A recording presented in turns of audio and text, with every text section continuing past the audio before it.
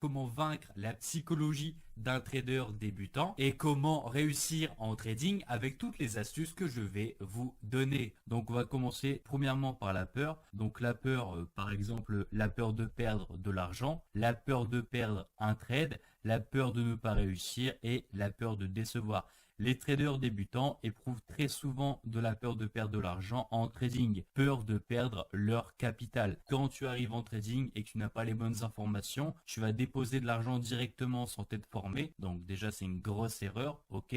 Donc il y a un processus avant même de poser de l'argent, c'est-à-dire compte de démonstration. Et tant que tu n'es pas rentable sur plusieurs mois consécutifs en démonstration, tu ne touches pas tout simplement un compte réel. Ensuite, le danger est que si votre peur prend le dessus sur vos décisions, alors vous allez à coup sûr ne pas respecter vos règles prédéfinies. Par exemple, même si tu as un journal de trading, même si tu as un plan 100% béton, tu vas pas respecter tes règles à cocher tout simplement parce que tu as peur de perdre de l'argent ou tu veux rattraper ton argent. Vous rentrerez alors dans le revenge trading lors d'une perte en voulant à tout prix récupérer la somme des derniers trades perdus jusqu'à négliger votre money management. Au bout d'un moment, le trader débutant, il veut récupérer ses pertes. C'est récurrent, ça arrive très souvent et qu'est-ce qu'il va faire? Il va augmenter son risque par position. Donc il va le passer par exemple de 1% à 3-4% pour essayer de réparer et pour essayer de récupérer les pertes qu'il y a eu auparavant. Ça, c'est une des grosses erreurs qu'on peut voir parmi les traders débutants. C'est comme ça que généralement les traders débutants plombent leur trading, même s'ils ont un plan, même s'ils ont une stratégie, même s'ils ont un money management. Le fait tout simplement de vouloir rattraper ces pertes réalisées, et ben généralement ça conduit à ce genre d'erreur. Si vous utilisez une somme qui n'a pas d'enjeu sur votre vie quotidienne, votre peur disparaîtra. Comment ne pas être impacté psychologiquement par l'argent que vous avez investi? Et c'est pourquoi je vous déconseille et surtout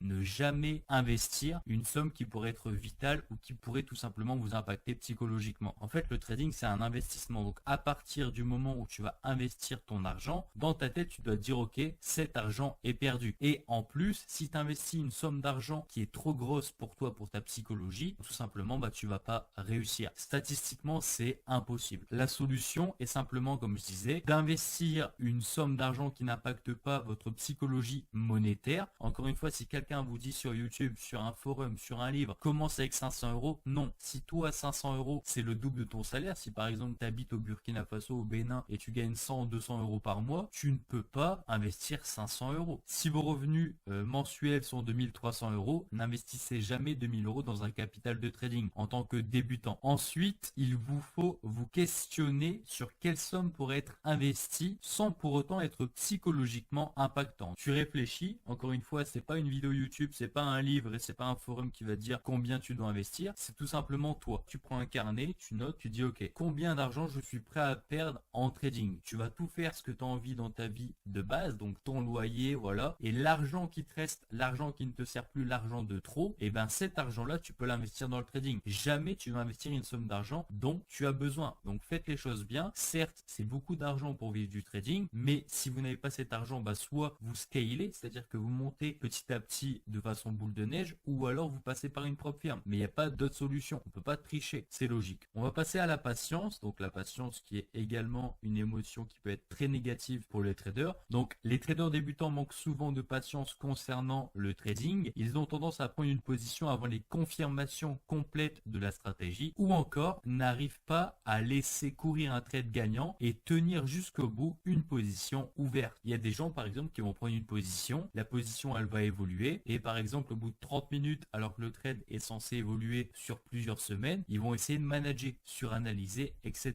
Prendre un trade trop vite, ça arrive souvent, clôturer un trade trop vite, manager trop vite une position, que ce soit à l'achat ou à la vente, et suranalyser le marché. Ça c'est super important parce que la patience est directement liée à la suranalyse. Si par exemple quelqu'un qui n'est pas patient veut manager à tout prix, donc dans sa tête il veut faire quelque chose, il veut agir sur son graphique, il va commencer à créer des structures, il va commencer à tracer des droites qui n'existent pas pour essayer de suranalyser le marché, surmanager son marché. Ensuite, si vous êtes impatient et que vous cherchez constamment à entrer sur des trades sans raison, et surtout pour ne pas avoir le complexe de ne pas avoir d'opportunité, ça arrive très souvent. Des fois, des gens, ils ont une stratégie, ils ont un plan, ils savent que des fois, il n'y a pas d'opportunité sur les marchés, mais ils vont quand même tout simplement créer ou inventer une opportunité d'opportunités. Par exemple, une stratégie elle a bien marché lundi, mardi, mercredi. Le vendredi, ils n'ont pas d'opportunité. Ils vont aller descendre d'une tête en, donc ils vont enfreindre les règles de la stratégie pour aller chercher des opportunités qui n'existent pas. Chercher des nouveaux actifs. Donc par exemple, si toi tu as backtesté toutes les paires majeures et toutes les paires mineures et que tu n'as pas d'opportunité, mais que tu vas chercher des paires exotiques tout simplement pour créer de nouvelles opportunités, t'as pas à faire ça. Parce que tout simplement, en fait, le trading, il y a des moments où tu n'auras pas d'opportunité. Il y a des moments où le marché ne va jamais te présenter d'opportunité. Et ben dans ces cas-là, tu restes patient, tu fais comme d'habitude, tu suis ton plan. S'il y a une structure, tu la traces. S'il y a un trade, tu le prends, mais tu vas pas commencer à ajouter des actifs ou ajouter des nouvelles choses, tout simplement pour créer de nouvelles opportunités. De plus, si vous souhaitez devenir trader indépendant rentable, il va vous falloir travailler plus que les autres sur tous les aspects psychologiques évoqués dans cette vidéo. Il n'y a pas de secret, ok? Il n'y a pas de secret. En trading, il faut bosser. En trading, il faut bosser, il faut travailler. Ça tombe pas du ciel. Il va falloir travailler plus que les autres. Il va falloir analyser plus que les autres, tout simplement parce que il y a une grande majeure partie qui perd en trading, tout simplement parce qu'ils essayent d'aller trop vite. Et donc, pour continuer, la solution pour canaliser votre patience est d'avoir un plan de trading avec tout le processus de votre trading détaillé. Donc, comment rechercher des opportunités, comment rentrer sur une opportunité, comment sortir d'une opportunité, et tout doit être préparé à l'avance et rien ne doit être laissé au hasard. Ça, je le vois énormément. Il y a des gens qui ont des stratégies, ils travaillent leur entrée, mais pour sortir du trade, ils sont perdus. Ils savent pas comment sortir du trade, ils savent pas si telle apparition se fait sur le marché, ils doivent sortir du trade. Ils n'ont pas d'informations sur la sortie du trade et sur le management. Donc, faites attention quand vous faites un plan de trading, quand vous préparez une stratégie, tout doit être listé. Comment j'analyse mon graphique? Comment je rentre en position? Pourquoi je ne rentre pas en position? Pourquoi je ne la manage pas? Et comment je sors du trade? Et pourquoi je ne sors pas? Tout doit être listé avec des petites cases, et si l'opportunité respecte, et ben vous cochez et vous passez à autre chose. Et c'est comme ça qu'il faut évoluer en trading. Ensuite, les émotions négatives du trading peuvent être perçues comme un puzzle, ou s'il manque une pièce, alors le trading ne sera pas complètement maîtrisé. Imaginons, vous maîtrisez la patience, le temps, la discipline et la confiance, mais au contraire, vous avez trop investi, vous avez investi une somme beaucoup trop importante pour vous, généralement vous n'allez pas réussir. En fait, c'est une harmonie. Il faut que vous maîtrisez tout. Et une petite astuce aussi que j'avais trouvée qui était potentiellement sympa, c'était tout simplement en fait de trouver un partenaire qui vous aide à tenir vos conditions lors de votre apprentissage en trading. Et en fait, trouvez-vous un binôme qui travaille le même trading que vous, la même méthodologie, les mêmes unités de temps, et tout simplement auto-corrigez-vous ensemble. La personne en face, elle doit vous dire ça c'est pas bien, ça c'est pas bien. Pourquoi tu as pris position là? Ça respectait pas ta stratégie. Pourquoi tu as fait ça? C'est pour ça que être deux, généralement c'est bien. Donc voilà.